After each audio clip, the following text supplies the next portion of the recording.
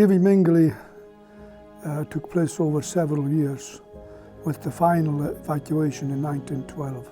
The last few people that was there. There was 3 or 4 households held out till it became untenable, and the final exodus was in 1912. But it had been ongoing from 1907 when the raiding of Battersea started. And Mingulay families weren't going to be left behind when they heard there was land available to be raided in Battersea. They knew that they were in a fairly precarious situation. So they, quite a large contingent of them left Mingulay to start raiding in Battersea and to put up huts so they would have a prior claim.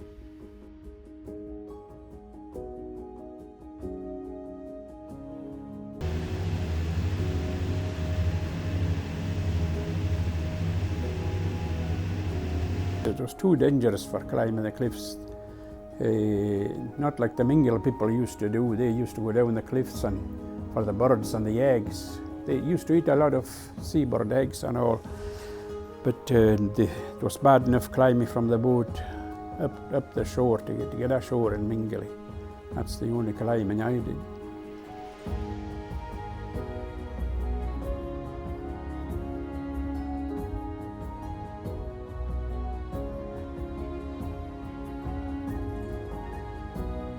What crops did they grow in Mingulay?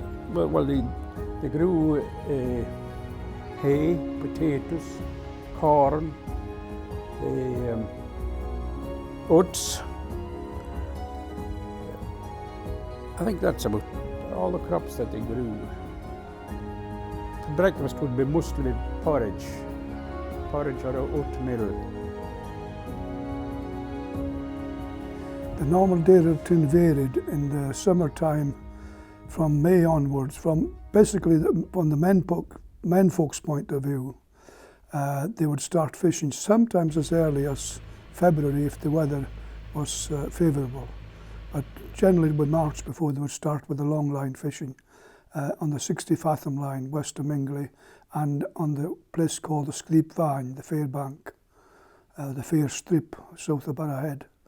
These were famous fishing grounds for long lining. And long lining would attract ling, cod, other types of fish including skate and sometimes conger eel, which wasn't so welcome a catch. That catch was taken in and split and salted and dried and then quite often exported.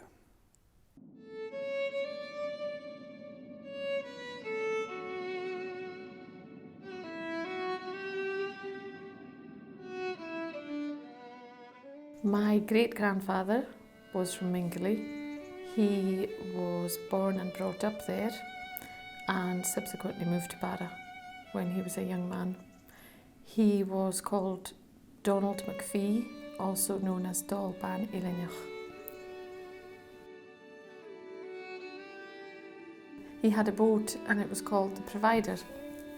And there's a few people in Barra who are descendants of his, and one of them has a boat to this day called the Provider, Martin McPhee.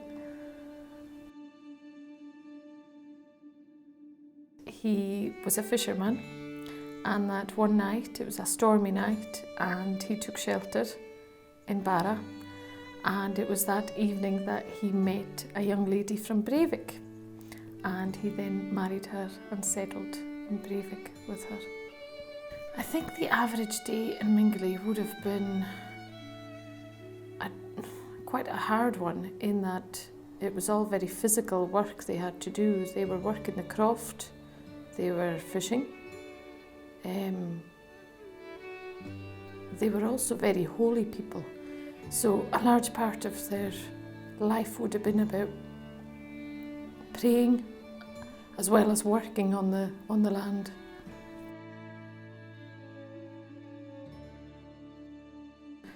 The biggest problem was berthing the boats. It was very difficult for them because of the swell in Mingulay between the islands. There's a big swell, so it makes landing boats coming in and out.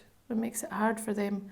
So they had to, I think, they had to pull the boats up on the beach, and that was a difficult job for them to do. They had built a derrick, but it hadn't been very useful. So that was the hardest thing. I think also because the population had grown, it became difficult to work the land. They were quite overpopulated for the size of the island, so it was difficult to grow maybe as much as they needed.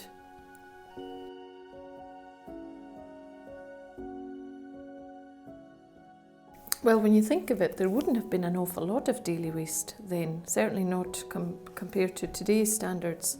Everything, they were good at using everything they could in terms of whatever they ate, whatever the animals, there'd be a use for everything. So the issue with sanitation would have come from the houses being very close together. And I read that they used the beach, for toileting, and to try and so that the beach would come in and wash away, any waste. But there wouldn't have been a lot of human waste. Would have been the only waste really that was there, because they didn't have very much.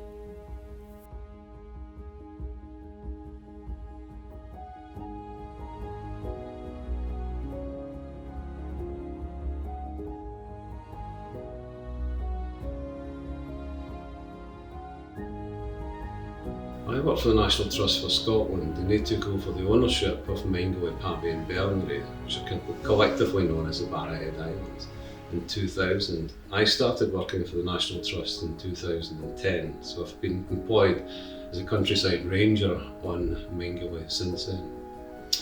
My main role down there is just to monitor what changes are happening to the island, monitor seabirds, monitor vegetation, the changes that are happening there since islands are no longer grazed, monitor rabbit populations because we control that, and talk with visitors, explain to them the importance of the islands, and generally show people around the island and down there at the same time. Mingulay is actually situated about 13 miles south of Barra. It's the second last island in Outer Hebrides in the chain. They access it by boat from Castleton. It's a charter boat goes down during the summer month. So it's really only the summer month you can get onto the island. We have other visitors arrive off small cruise ships, yachts, kayakers, people like that.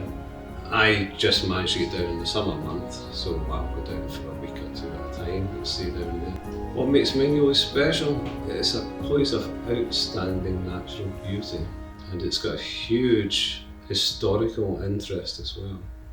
A lot of people in Barra have got family relations. Ancestry comes from Mingulay, and it's got a huge emotive tie towards the island.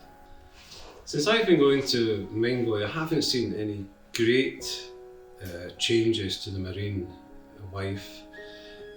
We find the basking sharks around the island. We generally see them in June, but that can vary from year to year. Some years there'll be huge numbers of basking sharks around.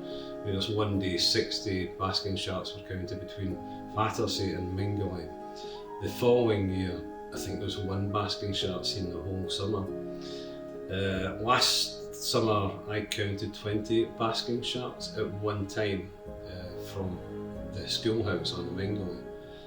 But the basking sharks, they seem to move with the current. So if some years there'll be more basking sharks out towards the Outer Hebrides, other years the numbers are more towards the Inner Hebrides, so they seem to vary from year to year.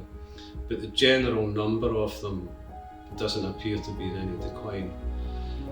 Other marine life we'll see dolphins, occasional whale, but not enough for me to make any sort of judgment on any great changes.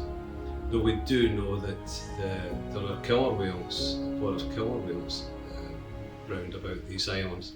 There's a huge seabird population on Mingulay and Bernary combined. There's over 100,000 seabirds recorded on these islands, and they vary from guillemots, razorbills, puffins, fulmars, kittiwakes,